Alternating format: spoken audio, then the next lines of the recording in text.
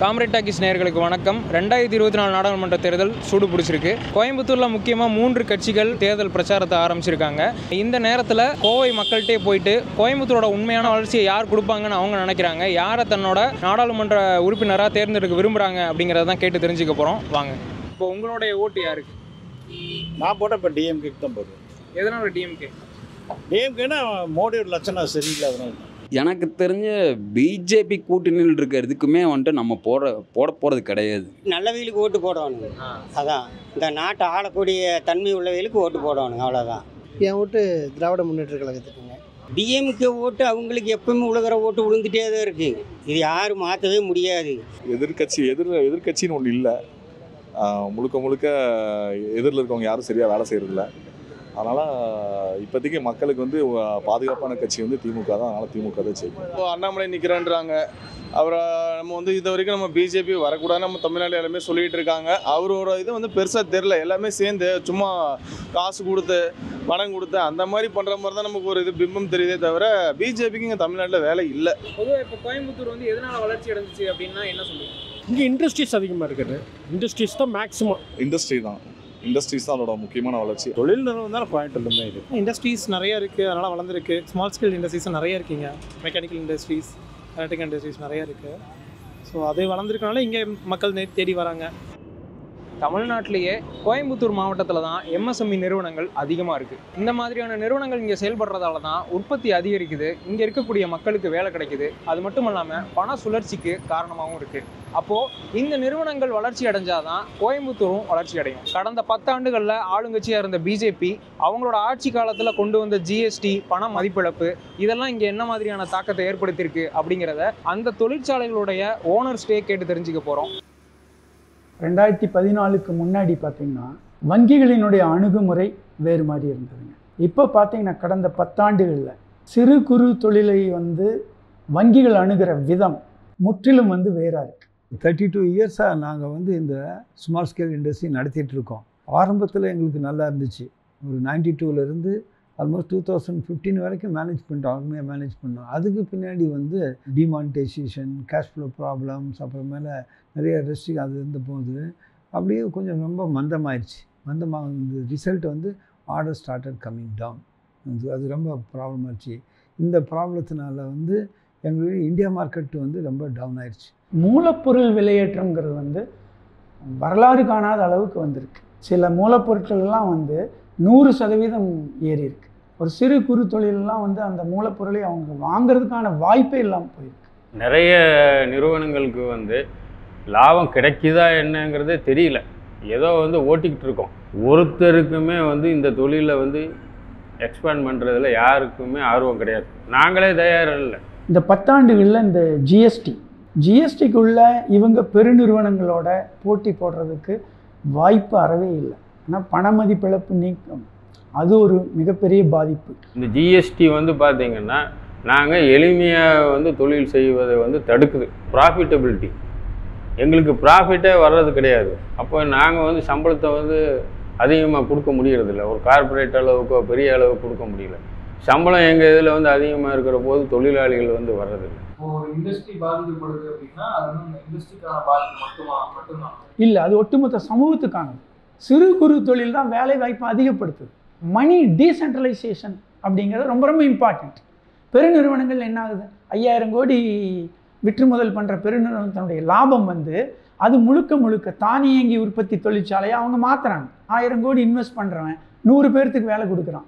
1000 கோடி இன்வெஸ்ட் பண்ணுற சிறு குறு தொழில்கள் 1000 தொழிற்சாலைகள் உருவாகலாம். அதில் 10,000 பேர்த்துக்கு வேலை கிடைக்கும். 10,000 பேர்த்துக்கு சம்பளம் போகும். 10,000 பேர்த்தில் இருக்க 10,000 குடும்பங்களுக்கு பணப்புழக்கம் இருக்கும். அவங்களுக்கு வாங்கும் சக்தி அதிகமாகும்.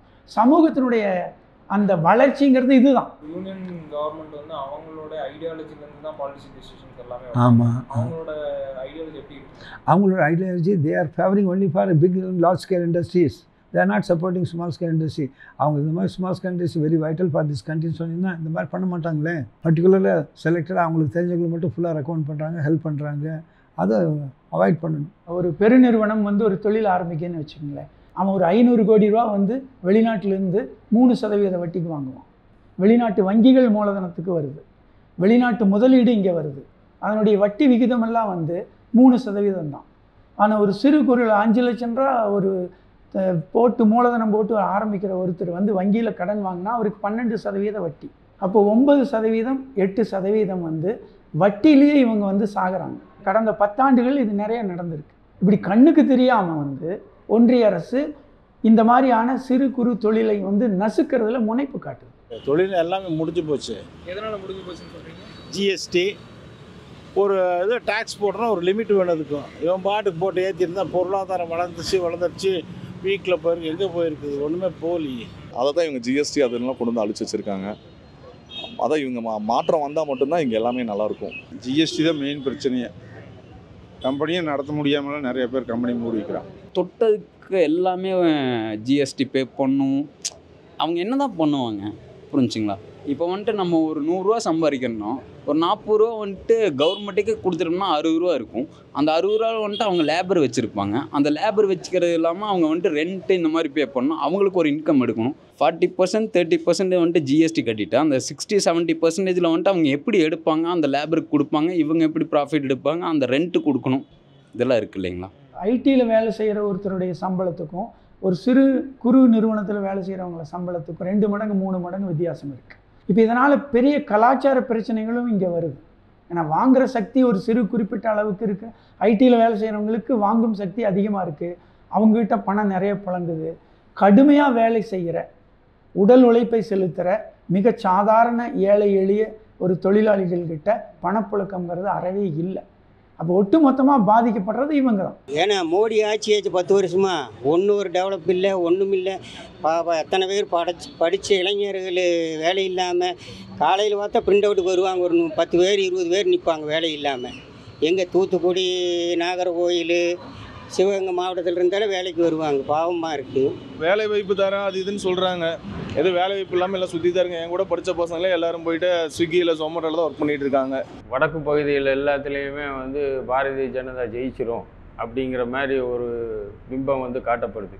இங்கேயும் வந்து பாரதிய ஜனதா வந்து ஜெயித்தோம்னா வந்து இவங்க ஏதாவது வந்து ரெப்ரசன்ட் பண்ணி கோயம்புத்தூரை பெருமளவுக்கு வளர்த்துருவாங்க அப்படிங்கிற ஒரு பிம்பம் வந்து நிறைய தோற்றுவிக்கப்படுது. இப்போ இந்த சோஷியல் மீடியாவில் அதிலலாம் வந்து அண்ணாமலையோடைய செல்வாக்கு உயர்ந்திருக்குன்னு நினைக்கிறீங்களா? இல்லையா?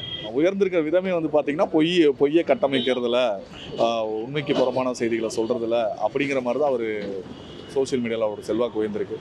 நல்ல விதத்தில் இல்லை. 10 பைசா காக்காத மனசு. எதனால் அப்படி சொல்கிறீங்க? கண்டத்தனமாக பேசிகிட்டு இருந்த என்னையா அர்த்தம்? எதை பாரு ஏதாவது ஒரு கரெக்டாக இது பேசுகிறது ஒன்றுமே கிடையாது. ஆவனா மற்றவங்களை குற்றம் தான் சொல்லிட்டு இருக்காரு. அவர்கிட்ட குற்றத்தை வந்து திருத்திக்க மாட்டேன்றாரு. பிஜேபி வந்து எனக்கு தெரிஞ்சு டெபாசிட் இழக்கும்.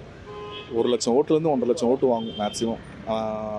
இல்லைன்னா டெபாசிட் மொத்தமாக இழந்துடும். இப்போ இதே வந்து அடுத்த 5 வருஷத்துக்கு கண்டினியூ ஆகுது அப்படின்னா கோயம்புத்தூரோட டெவலப்மெண்ட் ஆகாது. அவ்வளோதான். we are stand still.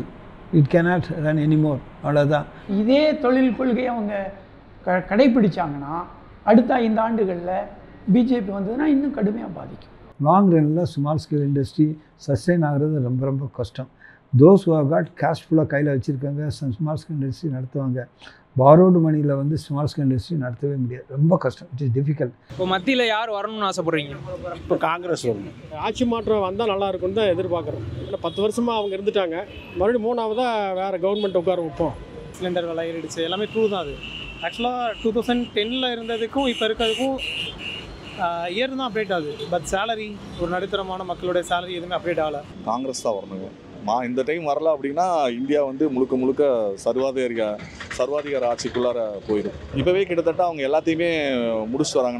நம்ம தமிழ்நாட்டில் கூட பார்த்திங்கன்னா மக்கள் நலனுக்காக தீட்டப்பட்ட சட்டங்கள் கூட இனி ஜனாதிபதி ஒப்புதலுக்கு போகலை. இங்கே இருக்க ஆளுநர் வந்து எல்லாத்தையும் முடக்கி வச்சுருக்காரு. மக்களால் தேர்ந்தெடுக்கப்பட்ட சட்டசபையை அவர் அசிங்கப்படுத்தி என்னென்ன செய்ய முடியுமோ எல்லாத்தையும் செஞ்சுட்ருக்காரு. நாளையில அவங்க இனி அடுத்தது வந்தாங்கன்னா கண்டிப்பாக சட்டமன்றம்னு ஒன்று இல்லாமல் கூட பண்ணுறதுக்கு வாய்ப்பு இருக்குது. அவங்களோட நோக்கம் அதுதான். இங்கே எல்லாத்தையும் முடிக்கணும். அதானி, அம்பானி இவங்க மட்டும் வளரணும். இதை நோக்கி தான் அவங்களோட இது எல்லாமே இருக்குது. காங்கிரஸ் வந்தால் கொஞ்சம் நல்லா இருக்கும். ஏன்னா மாற்று வந்தால் தான் என்றைக்குமே நல்லாயிருக்கும். 10 வருஷம் அவங்க செஞ்ச வளர்ச்சிங்கிறாங்க, அந்தளவுக்கு எதுவும் இல்லை. அது காங்கிரஸே பரவாயில்ல. பொதுத்துறையில் நிறைய வந்து இப்போ எல்லாம் விற்றுட்டாங்க. ஆனால் காங்கிரஸ் வந்தால் ஏதோ இருக்காதே கொஞ்சம் தக்க வைப்பாங்கன்னு நினைக்கிறேன்.